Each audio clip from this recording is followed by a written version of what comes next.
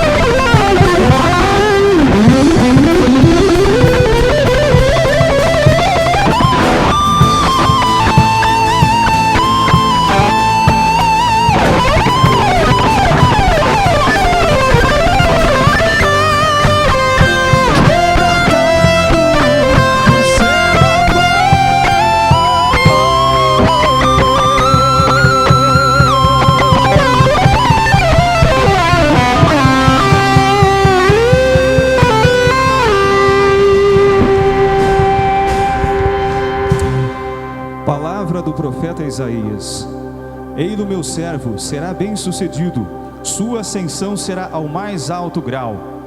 Assim como muitos ficaram pasmos ao vê-lo, tão desfigurado, ele estava que não parecia nem ser um homem, ou ter aspecto humano. Do mesmo modo, ele espalhará sua fama entre os povos. Diante dele os reis se manterão em silêncio, vendo algo que nunca lhes foram narrado, e conhecendo as coisas que jamais ouviram. Quem de nós deu crédito ao que ouvíamos? E quem de nós foi dado reconhecer a força do Senhor? Diante do Senhor ele cresceu como o renovo de uma planta, ou como a raiz de uma terra seca. Não tinha beleza nem atrativo para olharmos, não tinha aparência que nos agradasse. Ele era desprezado como o último dos mortais, homem coberto de dores, cheio de sofrimentos. Passando por ele, tapávamos o rosto. Tão desprezível era, não fazíamos caso dele. Na verdade, é que ele tomava sobre si nossas enfermidades e sofria, ele mesmo, as nossas dores. E nós pensávamos que fosse ele alguém chagado, golpeado por Deus ou humilhado. Mas ele foi ferido por causa dos nossos pecados, esmagado por causa dos nossos crimes. E a punição a ele imposta era o preço da nossa paz.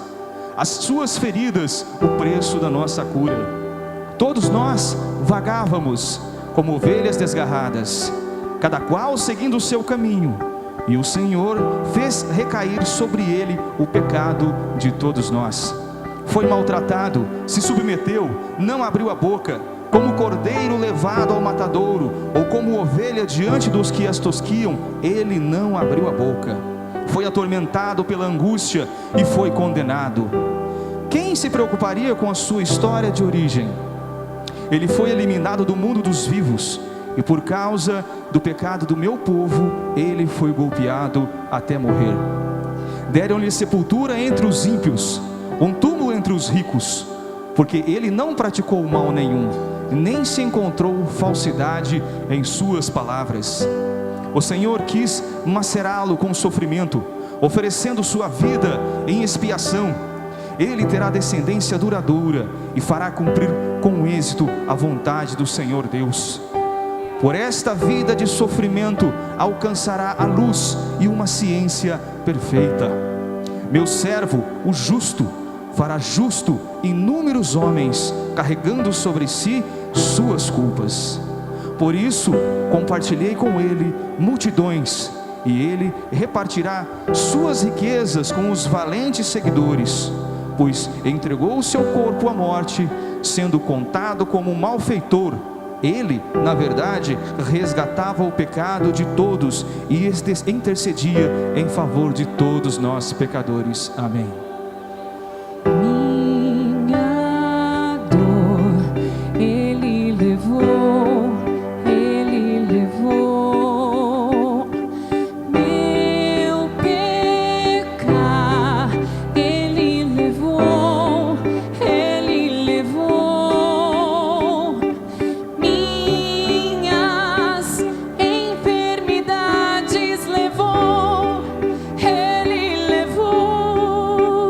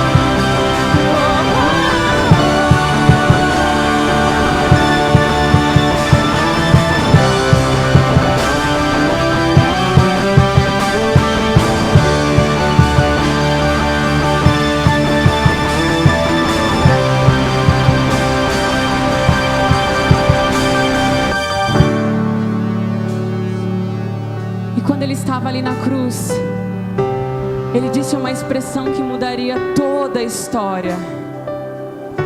Depois de ter passado por tanto sofrimento, tanta dor, tanto açoite, ele disse tetelestai, que significa está consumado. Está consumado, o preço já foi pago. Esse escrito de dívida que havia contra a nossa vida foi pago lá na cruz do Calvário. Será que você pode glorificar a Ele? Aleluia! Ele é o Cordeiro de Deus que tira o pecado do mundo. Tetelestai, está consumado.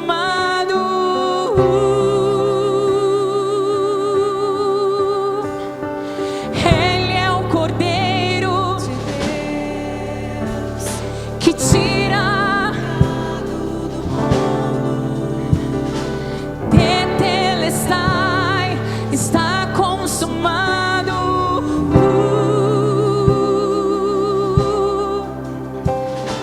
Ele é o Cordeiro de Deus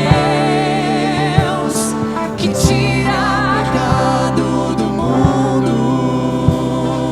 Tetelestai, está consumado. Tetelestai, o preço foi pago. Tetelestai, está consumado. Tetelestai, o preço foi pago. Tetelestai, está consumado. Tetelestai, o preço foi pago. Eu adoro,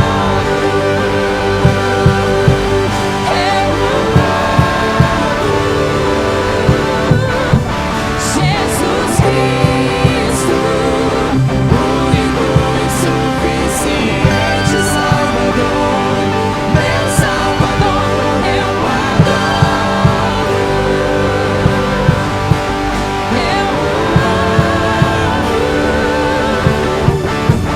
Jesus Cristo, Único e suficiente Salvador, meu Salvador. eu adoro, eu amo,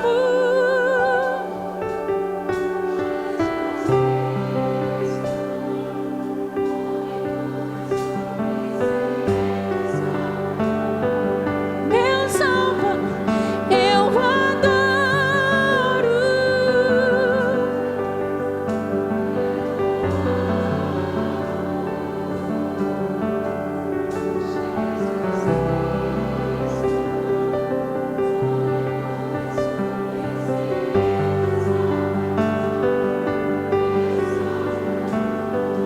Ele é o Cordeiro de Deus que tira o pecado do mundo.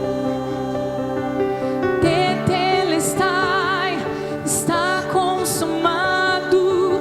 Tetelestai, o preço foi pago.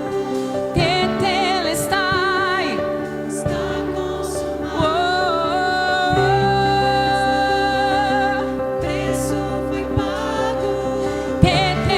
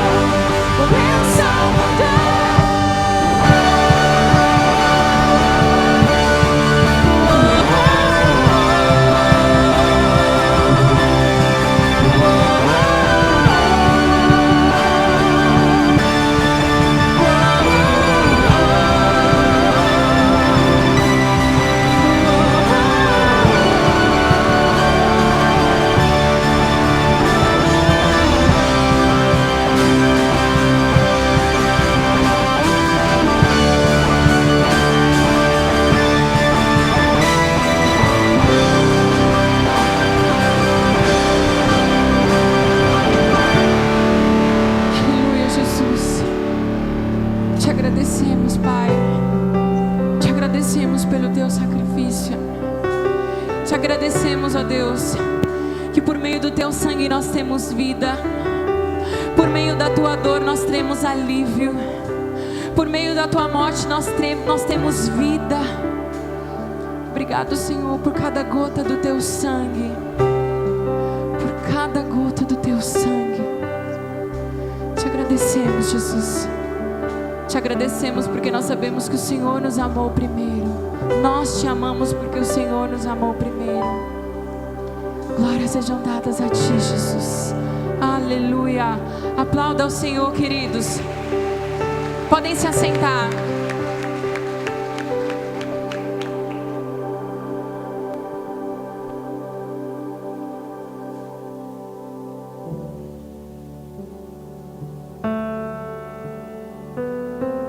É o vídeo.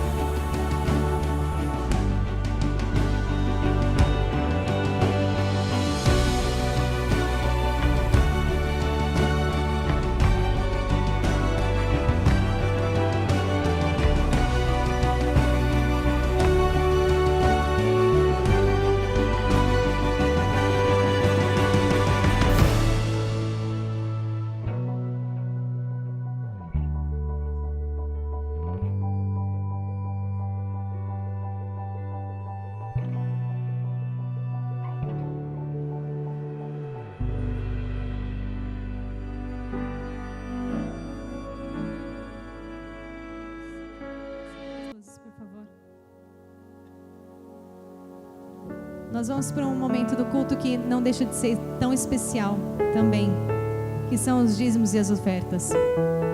Enquanto a gente cantava e ontem quando a gente ensaiava, nós comentamos uma coisa muito interessante, né? Cristo se entregou tanto, tanto, que não existe palavra, acho que melhor do que o tanto para explicar o quanto Ele se entregou. E às vezes a gente fica pensando e relutando o quanto a gente entrega. Às vezes é mais fácil a gente entregar nossa vida ao ministério, entregar nossa vida e dedicar nossa vida à igreja, aos irmãos, às visitas, aos doentes, às pessoas que precisam, do que entregar os nossos dízimos e as nossas ofertas. Por que será? Por que será que a gente é tão preso a isso? Por que será que as finanças, o dinheiro, o material pesa tanto no nosso coração, na nossa mente, na nossa alma? O que você recebe, o seu salário, se é semanal, se é quinzenal, se é mensal, é tão importante na entrega quanto a sua vida. Quando você entrega a Cristo, quando você entrega a sua vida ao ministério, quando você dedica a sua vida às pessoas, aqueles que necessitam de alguma maneira, é tão importante quanto. Contei hoje para o meu marido, levei uns dias para contar isso para ele. Eu tinha separado um determinado valor para determinada coisa, vamos dizer assim. E essa coisa é muito importante para mim. Esse dinheiro que eu estou guardando e vou guardar e me preparei para isso, é por algo que eu quero conquistar, por algo que eu quero realizar. E eu entendo que nós devemos trabalhar assim, não há nada de errado nisso, muito pelo contrário. Deus se alegra quando a gente entende as finanças e quando a gente começa a disciplinar isso também. E eu tinha separado, falei, bom, isso daqui é para isso, é para determinada coisa. Até o momento em que Cristo falou: não, você não vai fazer isso.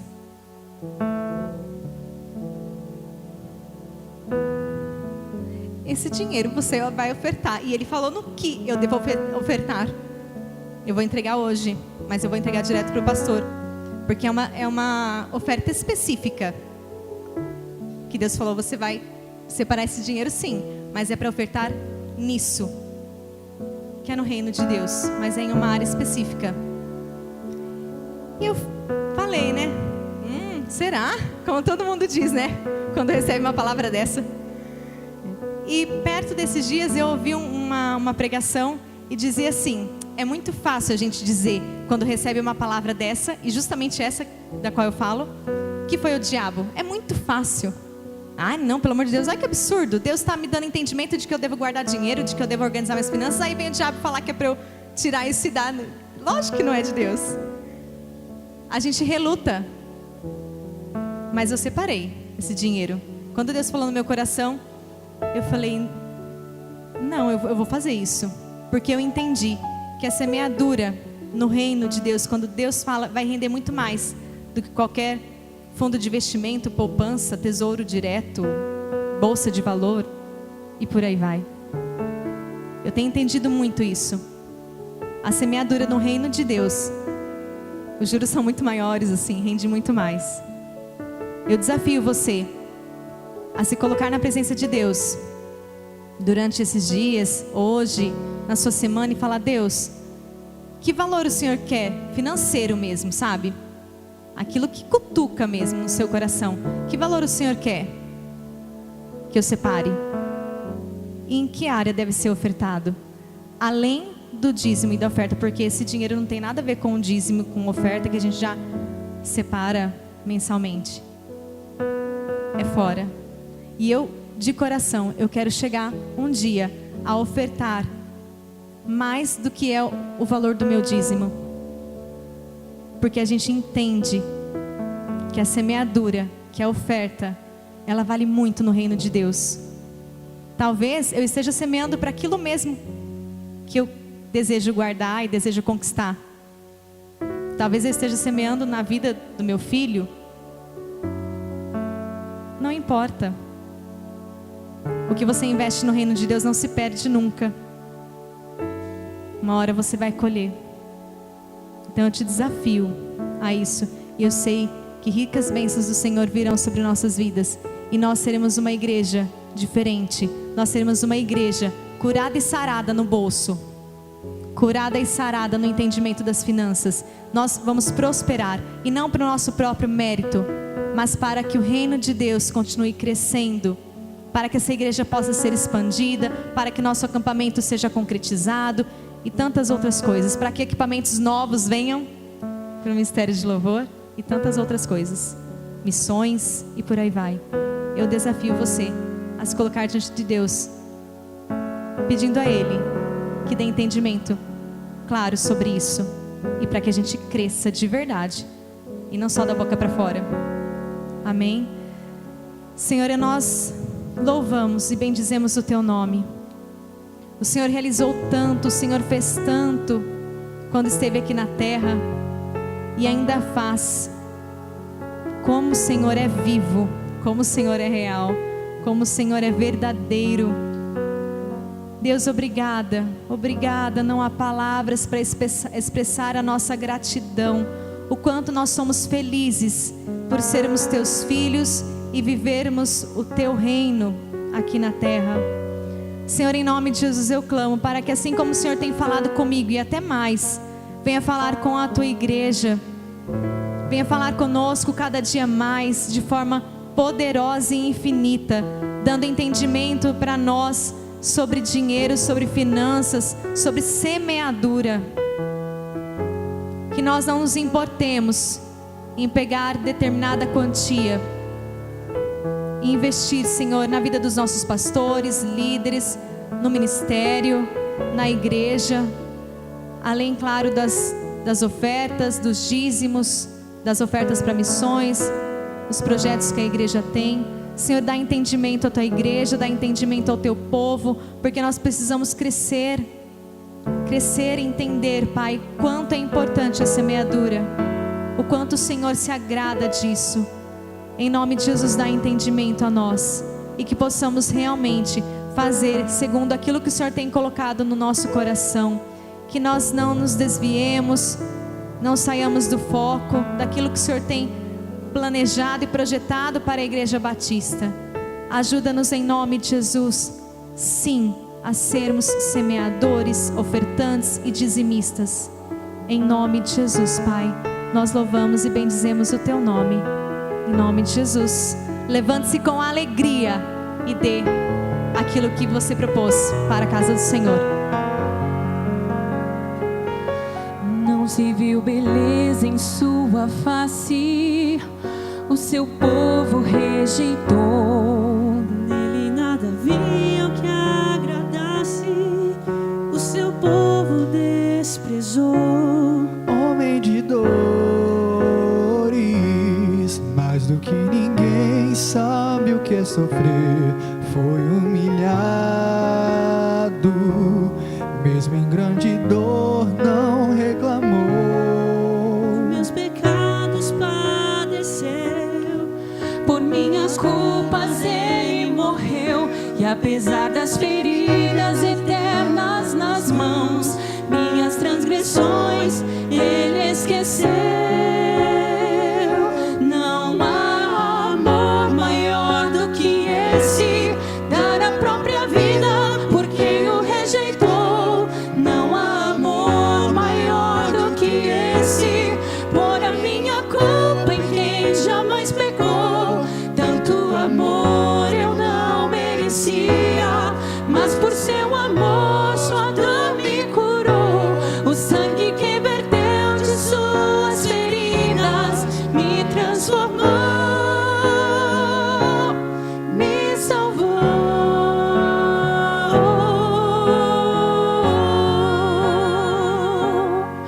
Por meus pecados padeceu, por minhas culpas ele morreu, e apesar das feridas eternas nas mãos, minhas transgressões ele esqueceu.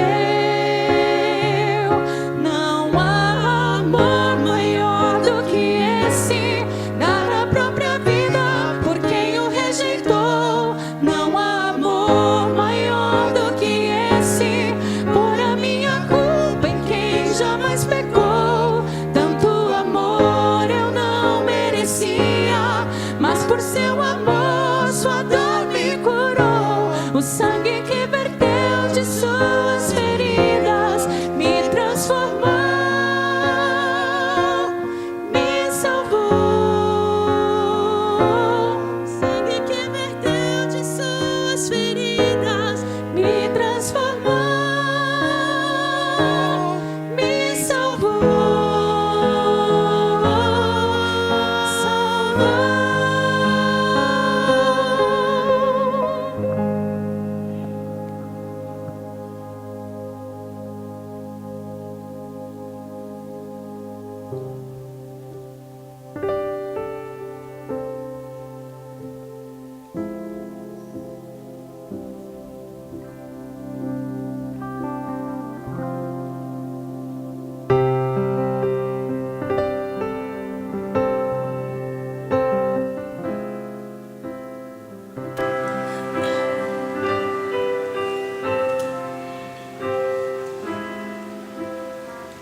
no Getsemane foi que meu Jesus orou, se entregando ao Pai mais uma vez.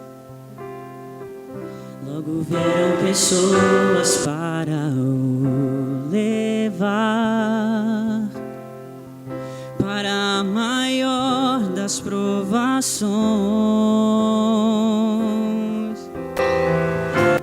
Ele tanto amou, tudo suportou. Ele carregou a nossa cruz. Vê os cravos nas mãos, seu corpo a sofrer, naqueles momentos de dor. Vê o mestre a chorar, e foi por você que ele mostrou tanto amor. Os soldados cuspiam no seu rosto nu.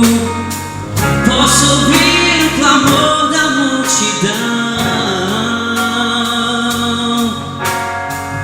E Jesus a olhar aquele céu azul, pede ao Pai que lhes dê o seu perdão. Ele tanto amou, tudo suportou. Ele carregou a nossa cruz.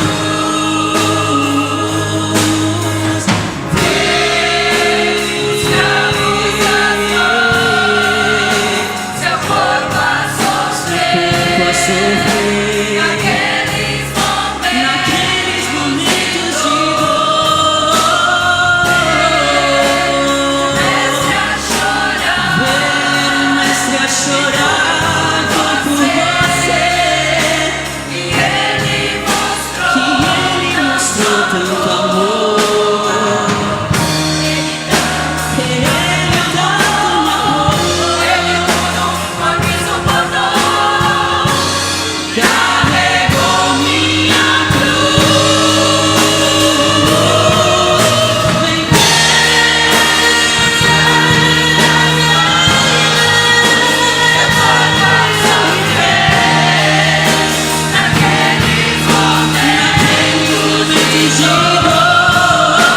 ver o mestre a chorar, e foi por você que ele mostrou tanto amor.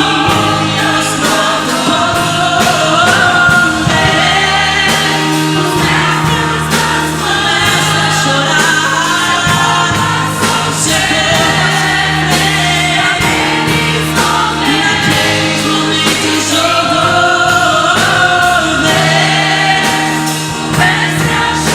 Ver o mestre a chorar, foi por você que ele mostrou tanto amor. Foi por você, foi por você que ele o preço pagou, por amor nos salvou.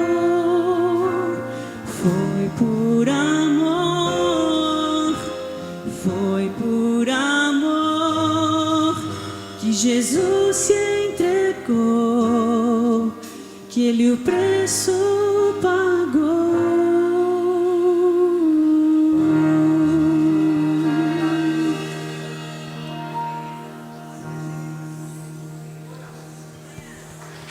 Aleluia.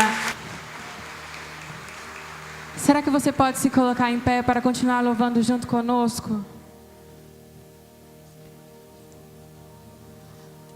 A Bíblia diz que por conta da humilhação, da entrega que ele fez, o nome dele será colocado acima de todo nome. E ele será para sempre, sempre, sempre exaltado. Não há outro maior, não há outro digno de receber a nossa adoração. Feche os seus olhos, levante suas mãos e simplesmente adore a esse Deus que tanto nos amou, que entregou o Filho dele para morrer na cruz do Calvário, em nosso lugar. Aleluia, obrigado, Jesus.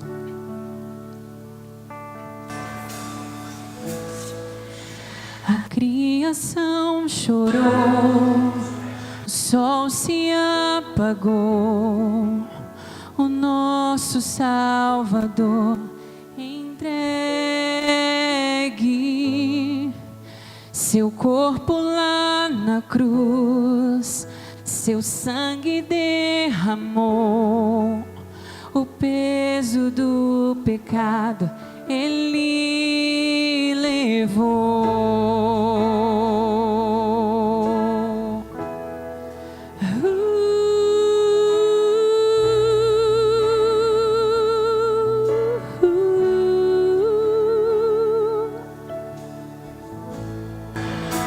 Um fôlego de adeus, o pai não pôde ver seu filho a morrer sozinho. A guerra se travou, a morte lhe venceu, todo o poder das trevas quebrado foi. O chão então tremeu, a terra removeu e nada superou seu grande amor. Ó morte, onde está o teu aguilhão? Jesus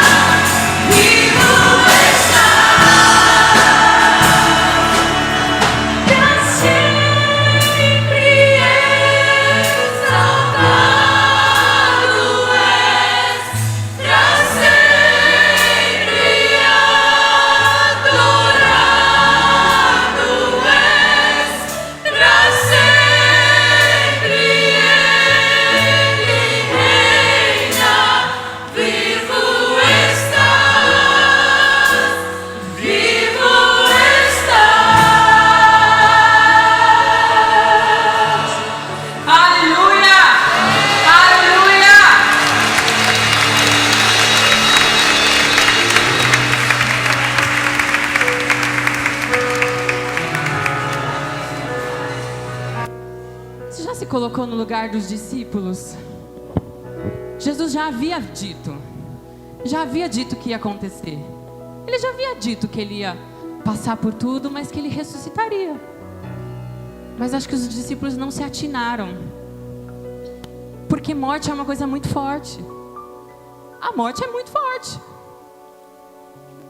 Tanto que muitos deles voltaram para a sua vida cotidiana. Uns foram pescar, outros foram lá caminhar, voltar.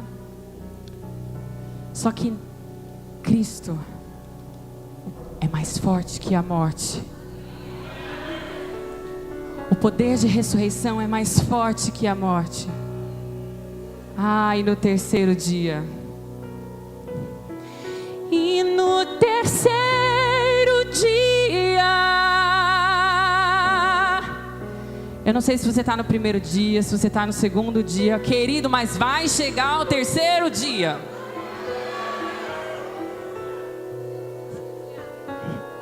Você entendeu?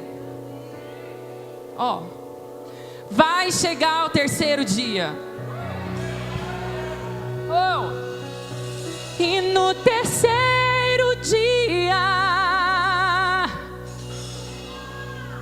a pedra do sepulcro rolou. Mas não foi mão humana, hein? Ela rolou sozinha.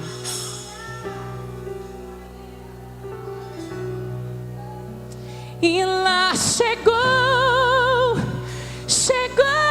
Maria, mas o corpo ela não encontrou.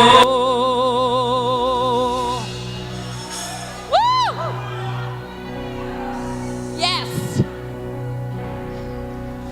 Viu um jardineiro e perguntou: Onde está o meu Senhor? E ele olhou nos seus olhos e pelo nome, eu acho que eu mudei a letra, ele a chamou. Mas não é essa parte ainda. Cortei. O anjo lhe falou que ele não estava lá. Querido, então para de procurar entre os mortos. Para de procurar entre os mortos, porque entre os mortos não devia procurar.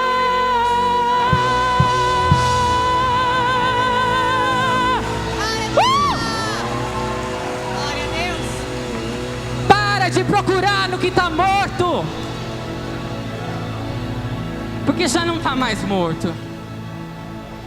E um jardineiro e perguntou: onde está o meu Senhor? E ele olhou nos seus olhos e pelo nome. Não é apelido, não é fama, não é aquilo que a sua família carrega de estigma, não é estereótipo, é o nome, ele te chama pelo teu nome. É Bruno, é Vitor, é Sara, é Luzia, é Lúcia, é Priscila, é Renato, é José. Ele te conhece pelo teu nome. E pelo nome ele a chamou.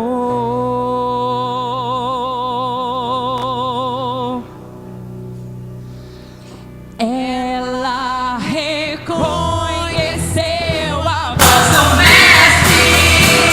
Rabone, meu Jesus ressuscitou.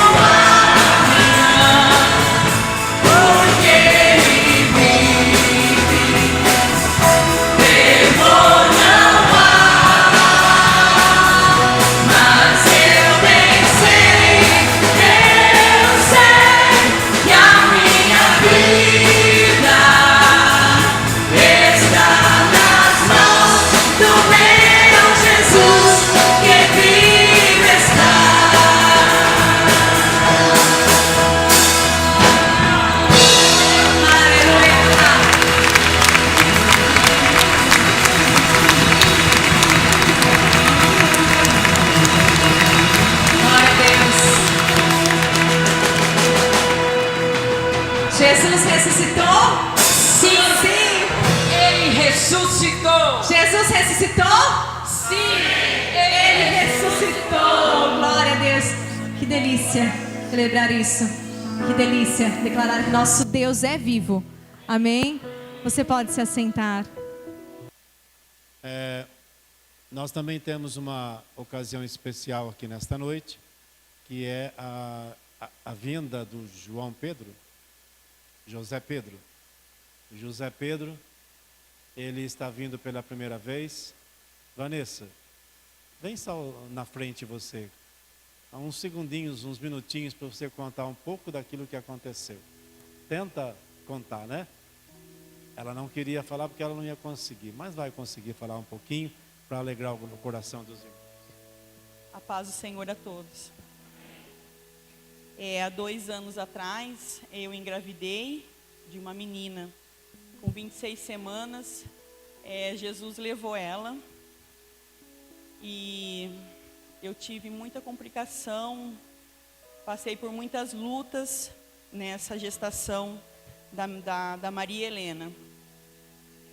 E no dia 31 de dezembro foi quando eu saí do hospital. Eu falei assim: Senhor, eu sei que o Senhor sabe de todas as coisas. Eu vou para a tua casa, passar o final do ano, a virada do ano na tua casa. Mesmo que está doendo, mesmo que o Senhor sabe que era vontade minha de ser mãe, mas eu creio em Ti e sei que o Senhor vai fazer o melhor. Se for para mim ser mãe, eu vou ser, senão eu vou continuar te servindo. E vim para a igreja, fui acolhida pelos irmãos e agradeci a Deus e continuei. O ano passado, eu comecei uma campanha e, irmãos, a oração de madrugada é uma oração fortíssima que Jesus deixou para a gente. E eu falar para você, eu consegui muitas das minhas vitórias foi orando de madrugada. E eu comecei a orar, pedi oração para a irmã Célia para ela me ajudar em oração, porque eu faço parte da missão Vila Isolina. E a gente orando de madrugada, quando foi 2 meses, a irmã Célia, o Senhor usou da boca dela para falar para mim que Ele ia me dar essa bênção e que ia ser um varão. E eu confiei na oração, confiei em Deus. Quando foi no mês de julho, eu descobri que eu estava grávida. Foi uma bênção. Depois de dezembro para cá, começou de novo as lutas, porque eu tenho pressão alta na gestação e veio mais a diabetes. Mas Deus foi fiel. E hoje a minha bênção está ali. Eu agradeço a Deus. Então, quero convidar o Faber e toda a família que está presente para subirmos aqui para consagrarmos ao Senhor.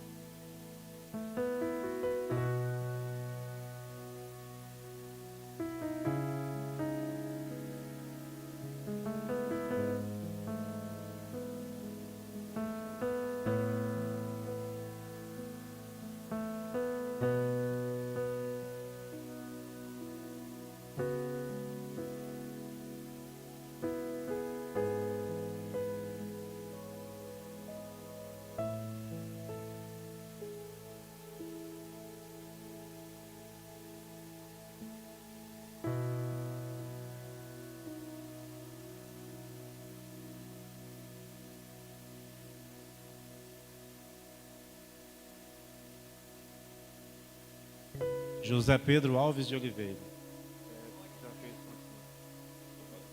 29 dias hoje. 29. 39 dias hoje. 39 dias hoje. Quando nasceu, ficou um tempinho lá em Matão também, né? Não, já veio, já um dia. Um dia veio embora. Nasceu no dia certo? Uma semana antes.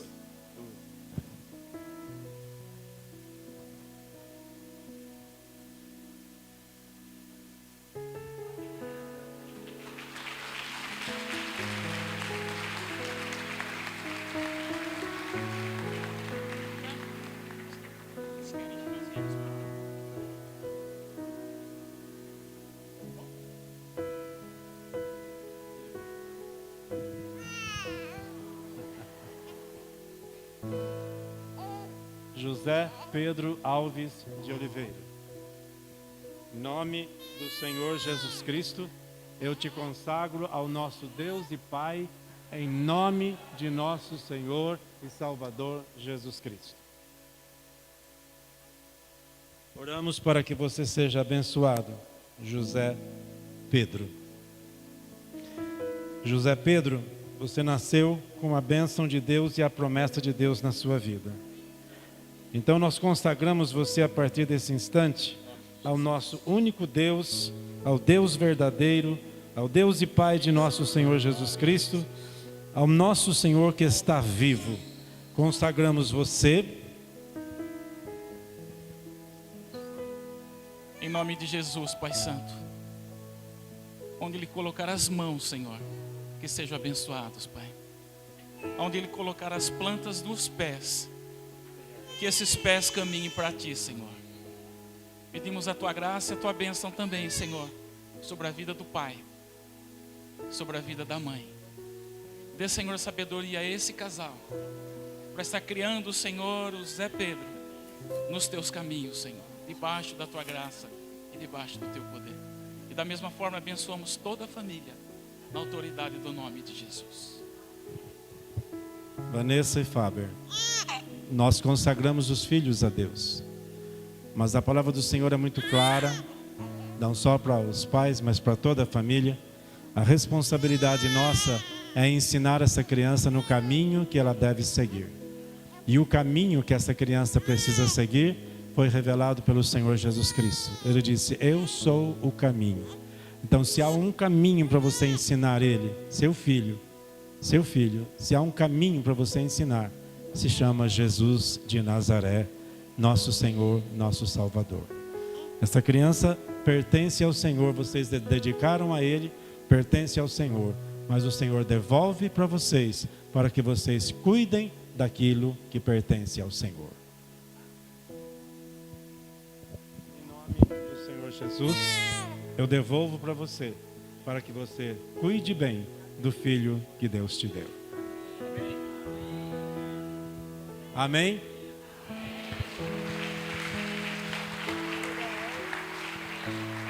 Deus abençoe.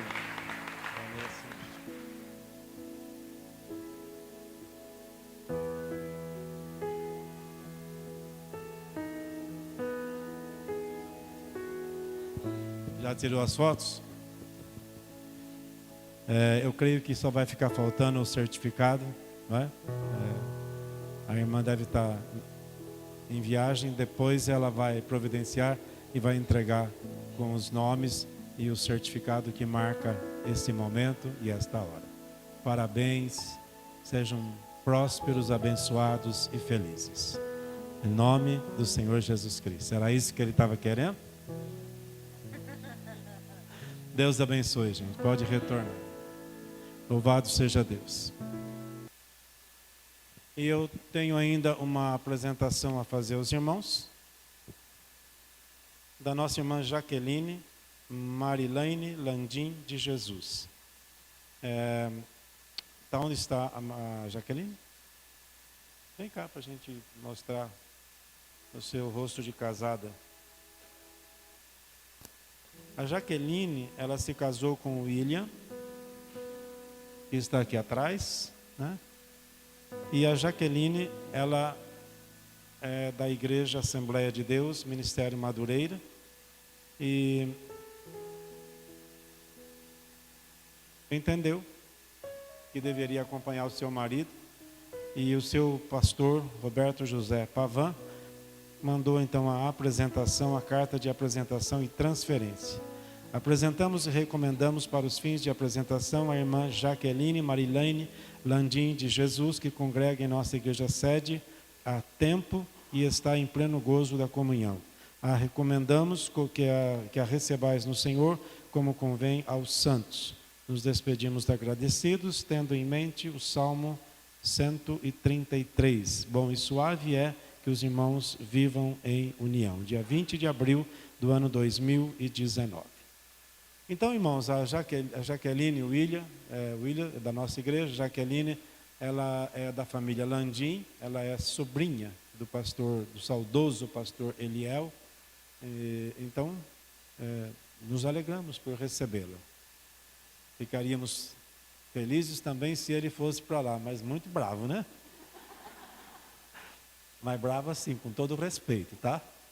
Com todo carinho e respeito. Mas nos alegramos, porque nós e a Assembleia de Deus Madureira caminhamos lado a lado, com um bom relacionamento de irmãos. É uma das igrejas que mais proximidade tem conosco, embora outras também estejam se aproximando e se tornando bênçãos também aqui para a nossa cidade. Então, eu quero louvar a Deus pela vida dela. A apresentação hoje é provisória, como a gente faz em todas as nossas igrejas. É apresentado nas igrejas, nas congregações, mas tem o dia da confirmação. E o próximo dia agora na nossa frente é o dia 7 de julho, quando vamos ter a nossa Assembleia Geral. Temos outros que já foram recebidos em outras das nossas igrejas, estamos aguardando também. Mas, de qualquer forma, a partir desse instante, você já foi apresentada e espiritualmente você já faz parte da nossa igreja. Bem-vinda seja, que o Senhor abençoe você agora como uma senhora, né, ao lado do seu marido, para servir a Deus conforme a palavra do Senhor. Você é bem-vinda e nós louvamos a Deus pela sua vida e pelo lar que vocês constituíram. Os irmãos concordam com essa apresentação? Amém? Levantem a mão os que a recebem. Amém? Amém? Digam glória a Deus. Então, Deus abençoe, pode voltar ao seu lugar. Amém? Vocês ouviram o relato da irmã Vanessa e perceberam que eu coloquei ela para dar o testemunho dela por uma simples razão, que é um testemunho que confirma que Jesus está vivo. Há outras pessoas aqui que poderiam dar testemunho, poderão fazê-lo em outros dias, mas testemunhos que confirmariam apenas, mais uma vez, reafirmariam esta verdade. Jesus está vivo. Se ele não estivesse vivo, ele estaria morto ainda. Jesus não está morto, não está enterrado, ele está vivo. E por causa disso, algumas coisas continuam a acontecer, às vezes não tanto quanto deveriam acontecer. Pessoas têm sido curadas, pessoas têm sido libertadas, pessoas têm sido arrancadas das garras de Satanás, não porque nós sejamos melhores do que qualquer outra pessoa, mas simplesmente porque ele está vivo. Essa semana estivemos em Cajobi, na sexta-feira, chamada Santa, sexta-feira chamada Santa, estivemos lá para realizar um culto de velório. E, às vezes, a gente se depara com situações que não tem jeito. A nossa irmã tinha 42 anos, uma das participantes do grupo de louvor da igreja, portadora de uma voz que era um dom de Deus, com um dom para dirigir louvor na igreja, com uma voz linda, maravilhosa. E aos 42 anos, filha de um dos fundadores da igreja de Cajobi, da turma que veio do Paraná e fundou a igreja de Cajobi. Essa irmã passou muitos anos sem decidir-se para ir para a casa do Senhor. Mas há uns 5, 6 anos, ela estava sempre presente, mas não tinha se decidido. Aí, finalmente, ela decidiu, foi para a igreja, batizou, e 2 anos depois, adoeceu de câncer e não teve jeito, morreu. Mas isso significa que o nosso Senhor Jesus não estava vivo? Será que ele está morto, por isso que essa irmã morreu? Não, de jeito algum. Porque, como diz uma música que muita gente canta e até gosta de cantar, Se ele está vivo, né? Como é que é? Se ele faz, ele é Deus. Se ele não faz, ele continua sendo Deus. Às vezes ele nos diz sim, e aí a gente fala, ele está vivo. Quando ele diz não, a gente fala, eu acho que ele está morto. Não, ele não está morto, ele continua vivo quando ele responde o nosso pedido e quando ele não responde também. Ele continua ressuscitado quando ele faz aquilo que a gente pede e quando ele diz não, porque não é bom para você, não vou dar aquilo que você está pedindo. Eu louvo a Deus porque Jesus está vivo, independente se ele atendeu todos os meus pedidos ou não. Se ele fez tudo aquilo que eu pedi para ele ou não. Reafirmamos aqui nesta noite que ele está vivo. Eu tinha tido planejado no meu coração fazer uma leitura bíblica nesta noite muito grande, muito comprida. Eu acredito que não vou conseguir fazer a leitura completa, porque eu desejava ler com os irmãos todo o capítulo 15 da primeira epístola do apóstolo Paulo aos Coríntios. É chamado o capítulo da ressurreição. E mesmo que eu não consiga ler tudo, eu vou cumprir o propósito do meu coração de ler a Bíblia com vocês. Vocês não precisam ler comigo, podem ouvir a minha leitura ou podem simplesmente acompanhar aí nas Bíblias de vocês. O apóstolo Paulo está falando aqui à igreja de Corinto porque tinha acontecido naquela igreja um problema muito grave. Algumas pessoas ali da cultura grega que tinham se convertido começaram a misturar a cultura grega com o evangelho de Jesus e começaram a colocar no meio do evangelho alguns pensamentos da cultura grega. E um dos pensamentos dizia que não existia ressurreição de mortos, que a pessoa morria e não tinha ressurreição nunca. Eles pregavam contra a ressurreição. E muita gente achava que era até razoável aqueles argumentos. Olha, na verdade a gente tem que pensar, quem sabe eles estão certos, né? E não se tocavam que se não existe ressurreição dos mortos, estavam dizendo que Jesus não tinha ressuscitado. Então o apóstolo Paulo escreve essa carta e esse capítulo para bater de frente contra este ensino errado. Ensino errado. Às vezes a gente tem dificuldade de combater o ensino errado. E eu não creio que a gente deva pegar uma metralhadora e sair matando hereges. Não é dessa forma que nós agimos. Não é dessa forma que acontece na igreja de Deus. Por falar nisso, me recordo agora nesse instante o ataque terrorista que aconteceu nessa madrugada lá no Sri Lanka, quando 185 pessoas que estavam fazendo a celebração da Páscoa foram mortas por bombas lançadas por extremistas que até agora não tiveram coragem de dizer quem eles eram. Eram igrejas católicas, não eram igrejas evangélicas. O cristianismo naquele país é uma minoria, 7% de todo o país é cristão. Isso contando o católico, o espiritismo chamado cristão, o evangélico, o católico ortodoxo, o testemunho de Jeová, tudo lá, juntando tudo, dá 7% da população. Então é evidente que numa crise como essa, o mundo inteiro se doeu, porque eram cristãos que estavam sendo mortos, não por serem católicos, e não por serem protestantes, mas só por serem cristãos, por falarem de Jesus Cristo. O mundo está dolorido e se solidarizando com os cristãos daquele país, não importa da onde eles estejam ligados. Então, baseado nisso, eu quero começar então a leitura com os irmãos. O tempo não vai ser suficiente, mas eu não posso deixar de cumprir o que eu tinha falado. Capítulo 15 de 1ª carta aos Coríntios, capítulo 15, o versículo 1 e em diante. E diz assim o texto da palavra do Senhor: Irmãos, venho lembrar-vos o evangelho que vos anunciei, o qual recebestes e no qual ainda perseverais. Por ele sois também salvos, se retiverdes a palavra tal como vô-la preguei, a menos que tenhais crido em vão. Como a gente gosta de estudar versículo a versículo, é um tormento a gente ler uma frase como essa e não falar nada, né? Mas se eu quero ler alguma coisa, eu tenho que ir para frente, né?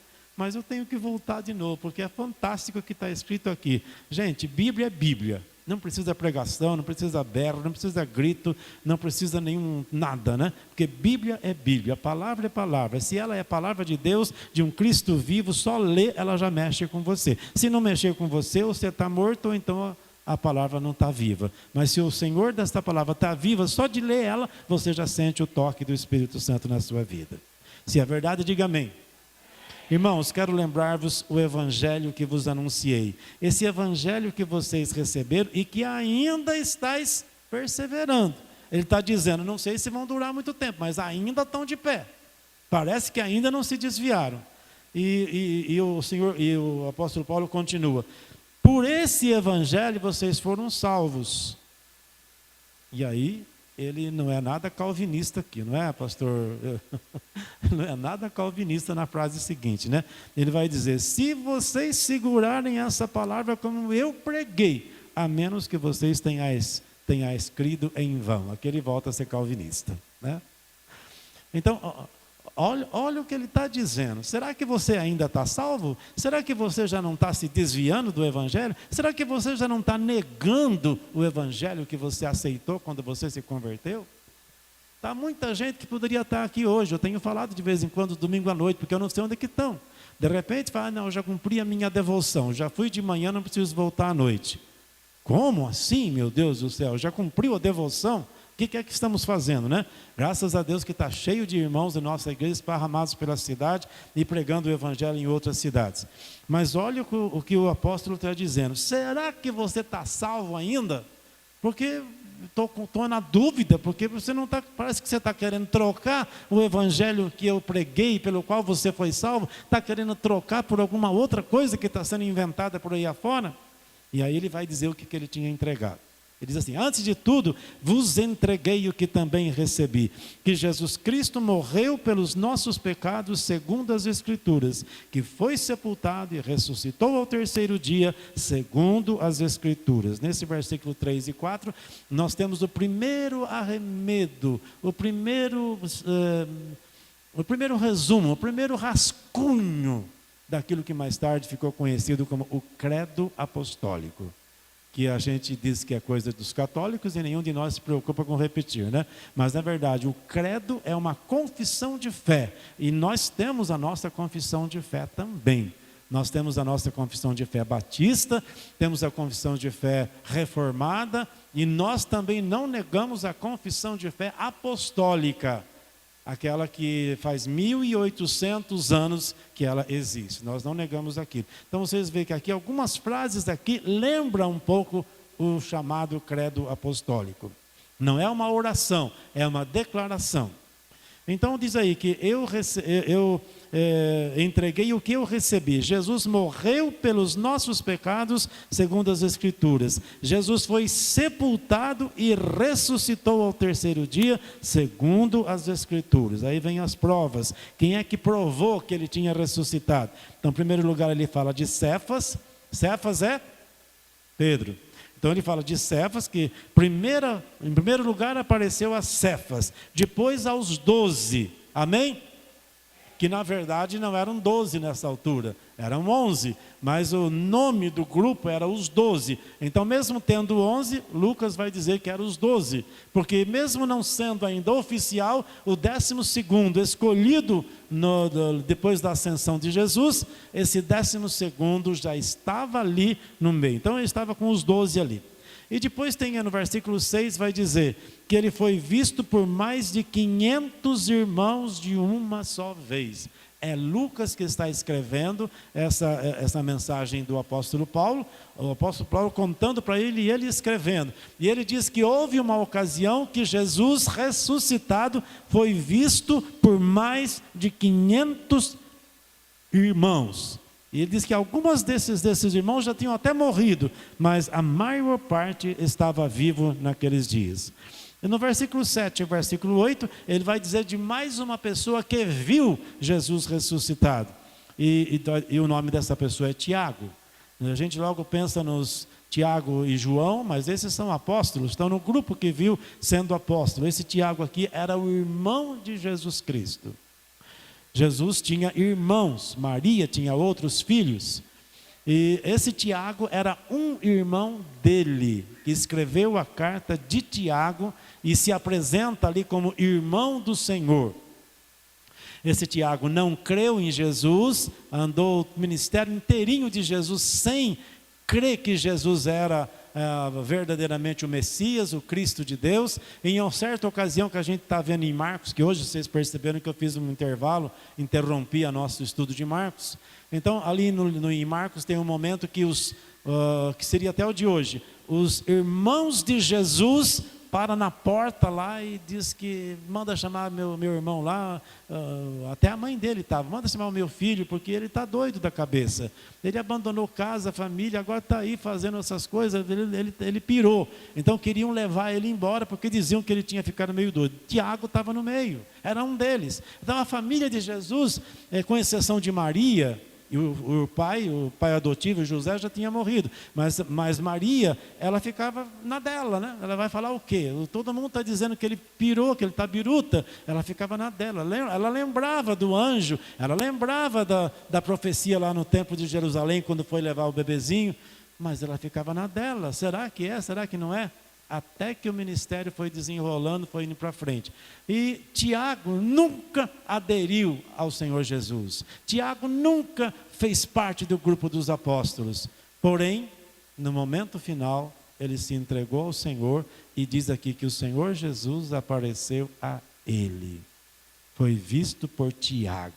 Tiago viu o seu irmão Jesus depois de morto. Ele viu ele ressuscitado. Tanto que logo depois ele se junta ao grupo dos apóstolos e ele se torna o primeiro pastor, presidente, ancião presidente da igreja de Jerusalém. É ele que está lá em Atos 15, presidindo a igreja. Tinha os 12 participando, mas tinha Tiago. Esse Tiago era o irmão do Senhor.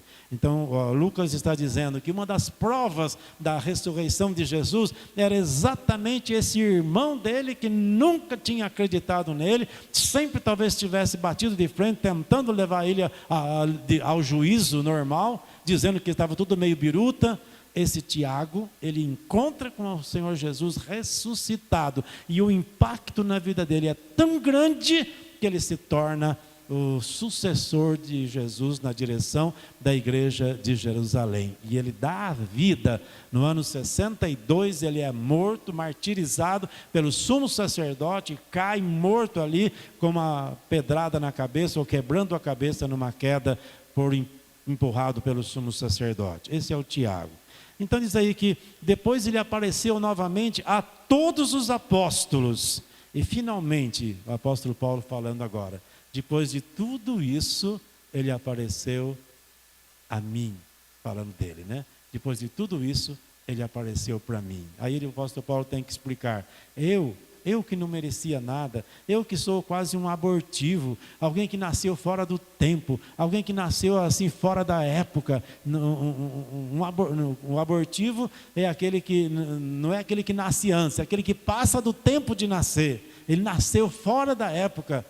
E o apóstolo, eu não merecia, mas ele apareceu para mim também.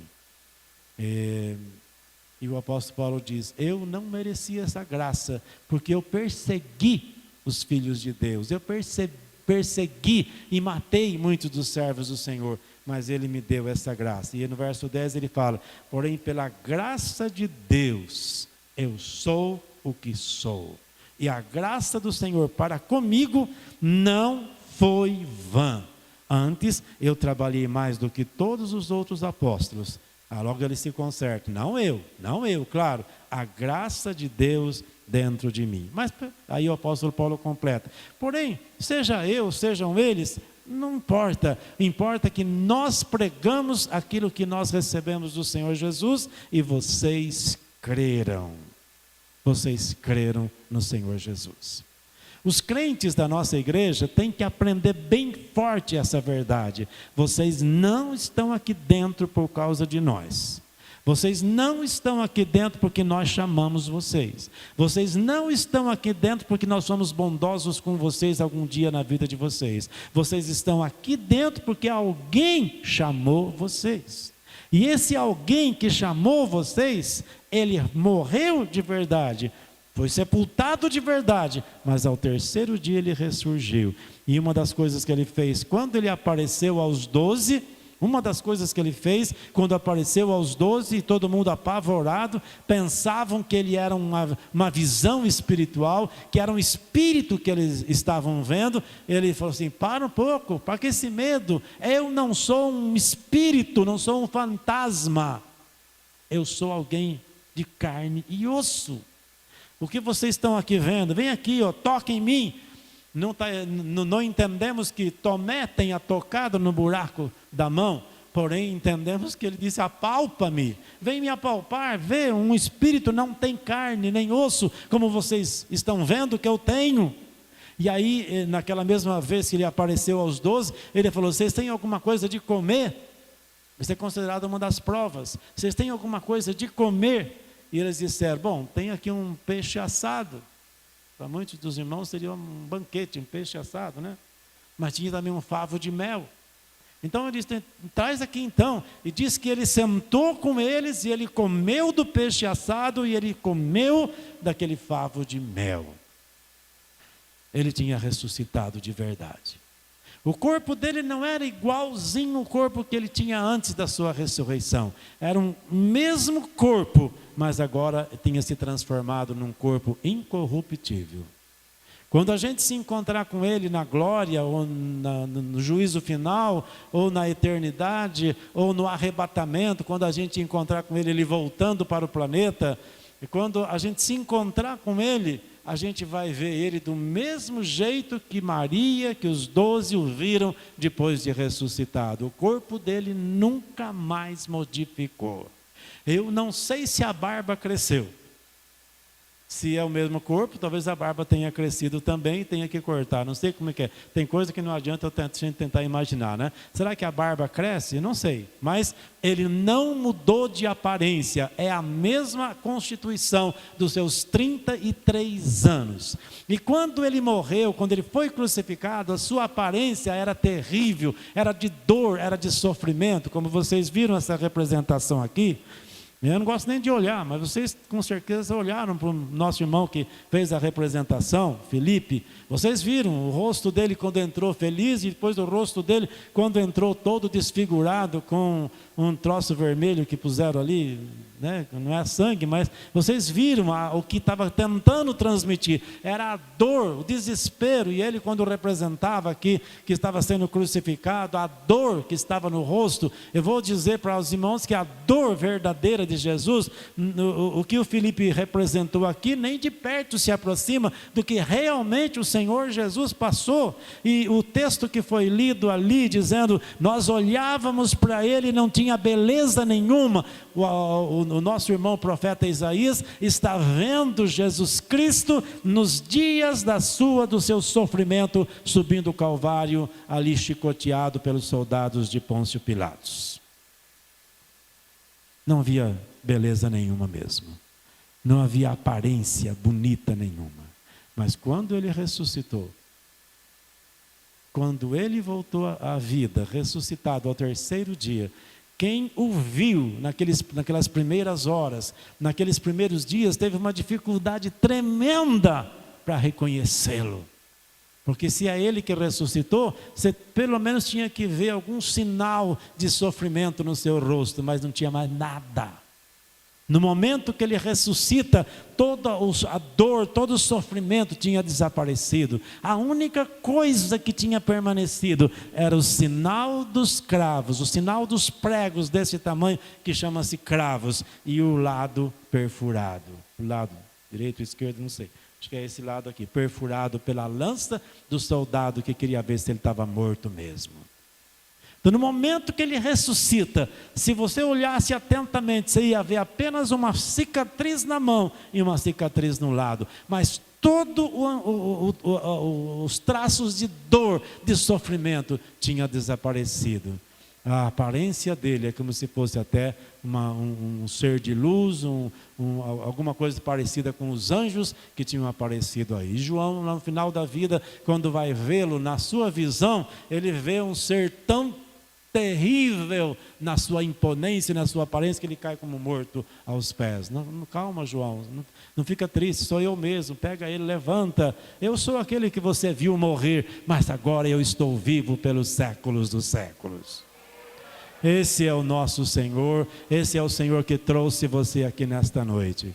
Se Ele quer dizer alguma coisa para você nesta noite, com certeza quer. Se Ele quer transmitir algum recado para você, com certeza quer. Ele está querendo dizer para você: você não acredita em mim? Vem aqui, toca na minha mão. Vem aqui, se você acha que não sou eu, vem ver. Tem alguma coisa que eu possa comer na sua casa? Me convide que eu vou entrar lá. É mais ou menos isso que Ele vai dizer para cada um de nós. Mas Ele vai dizer também o que disse para Tomé, né? Você precisou ver para crer, Tomé. Feliz e bem-aventurado, feliz é aquele que nunca vai ver nada de sobrenatural, mas mesmo assim vai crer. Nós não cremos hoje porque a gente viu, a gente vê aqui, não é? Estamos vendo aqui o menino representando, já fizemos as cantatas, a gente vê a representação, a gente vê os filmes, ou até as novelas que passam fazendo as representações. Você faz uma ideia aproximada do que foi aquela semana, do que aconteceu naqueles dias. Mas nada a ver com aquilo que realmente aconteceu. Então o que o Senhor está dizendo hoje para você? Você precisa fazer o quê para que você, o que eu tenho que fazer para que você acredite? O que eu tenho que fazer para que você creia? O que eu tenho que fazer para você crer? E será que você entendeu quem é Jesus de verdade?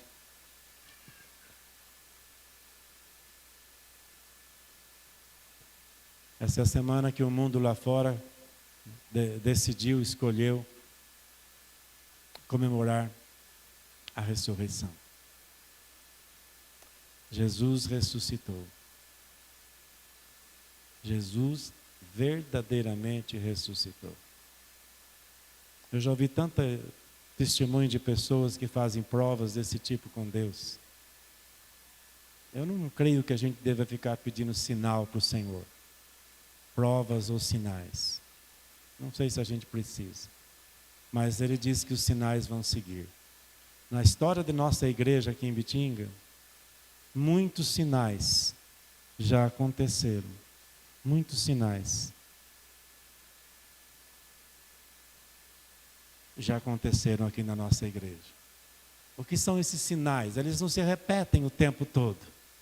Os sinais que acontecem na igreja são alertas que o Senhor manda de vez em quando para dizer: cuidado, cuidado, põe a tua vida em ordem, porque eu estou vivo. Quando a gente fala sobre o que é uma verdadeira aliança, a gente lembra disso. O que é uma aliança? É um trato entre duas pessoas. O que é uma aliança entre marido e mulher? É um acordo entre um homem e uma mulher. É uma aliança, um acordo, um trato que eles fazem. Quando a gente pensa em Deus, a gente pensa da mesma forma. Deus fez uma aliança comigo. Na palavra do Senhor, o apóstolo Paulo mesmo vai falar uma certa ocasião que toda aliança tem que ter sangue. A aliança que tem sangue, ela nunca é destruída. A aliança de marido e mulher nunca é destruída porque tem sangue envolvido. E a aliança que Deus faz comigo, que faz com você, tem sangue também. Tem sangue também. Nunca vai ser desmanchada, nunca vai ser quebrada. Convido você para se colocar em pé.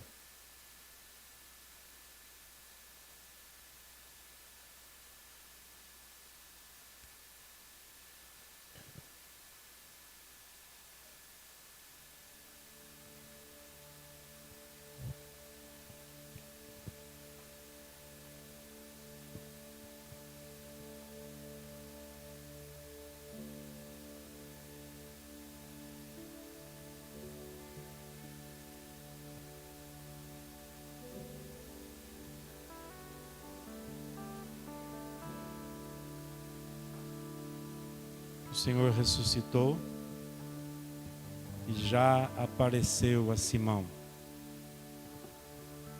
Senhor, se você pegou o meu Senhor, mostra para mim onde é que você levou o corpo dele. E foi só uma frase, né? Só uma palavra. Maria, suficiente. Caiu a ficha e ela caiu aos pés do Senhor. As 3 mulheres, 2 Marias e mais uma outra que não diz o nome, estavam indo da mesma forma. Os anjos tinham acabado de vir. E a gente nem percebe bem o que realmente está sendo dito ali. Porque nós imaginamos que o anjo desceu, afastou aquela pedra imensa e aí Jesus pôde sair de lá de dentro. O texto não diz isso. O texto não diz que Jesus precisou alguém tirar a pedra para ele sair para fora.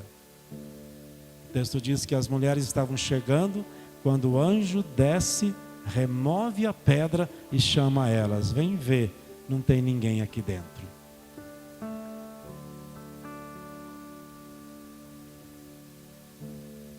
Jesus não precisou de pedra, tirar a pedra para ele sair da sepultura. Lázaro precisou. Tire a pedra. Jesus não precisou. Jesus não tinha mais parede para ele.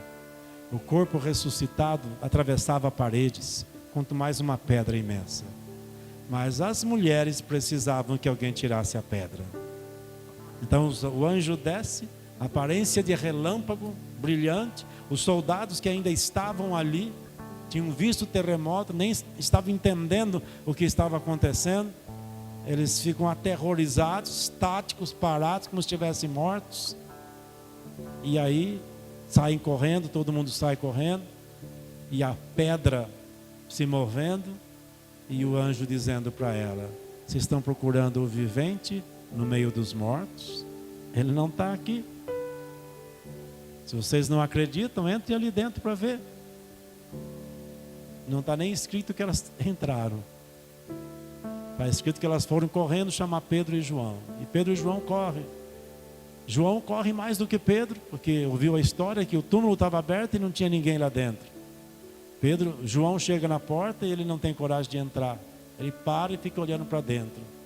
Pedro chega logo atrás e invade e olha e não tem nada. Aí João entra também e vê os lençóis e o lenço de outro lado e ele compreende. Ele está vivo. Ele ressuscitou conforme ele tinha anunciado. Jesus está vivo. Vamos dar as mãos para a nossa oração final.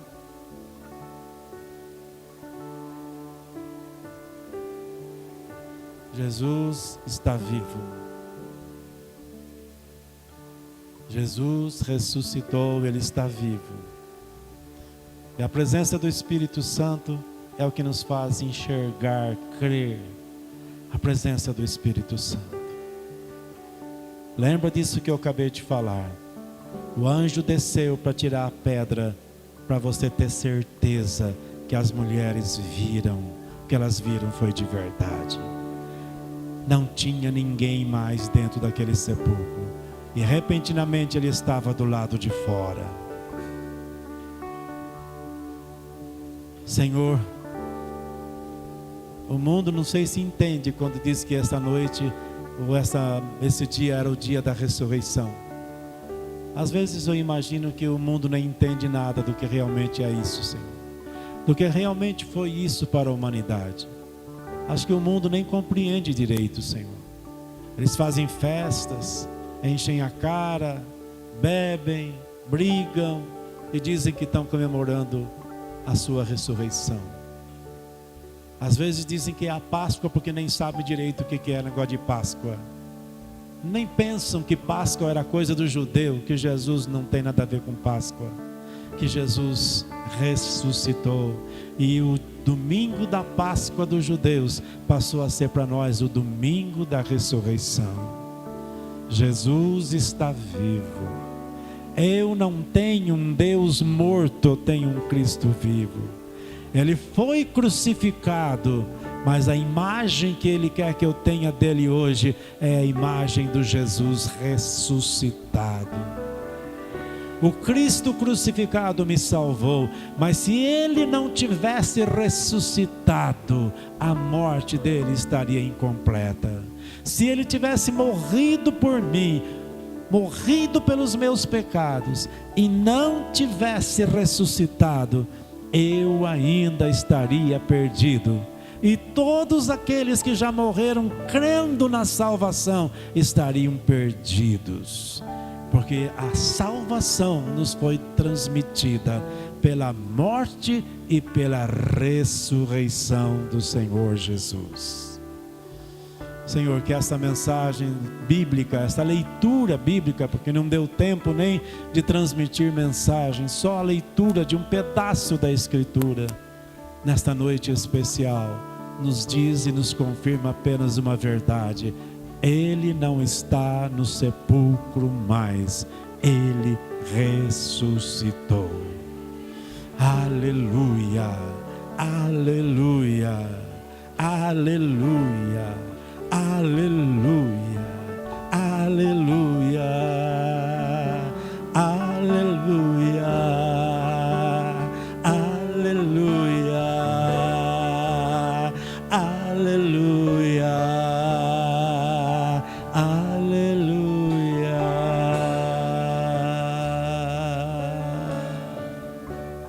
Senhor, eu te agradeço pela palavra da ressurreição. Eu te agradeço pela palavra do livro de Romanos, que nos diz que a salvação nos vem quando a gente confessa com a boca que Jesus é nosso Salvador, e quando a gente crê lá no fundo do nosso coração que Ele está vivo, ou seja, que Ele ressuscitou dos mortos.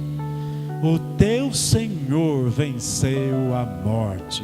O teu Senhor venceu todas as coisas. O teu Senhor deu a vida por você, pagou a tua conta, pagou a tua dívida e te chama para se entregar a Ele, para se converter a Ele. E a graça do Senhor Jesus Cristo e o amor de Deus e a comunhão do Espírito Santo seja com todos nós.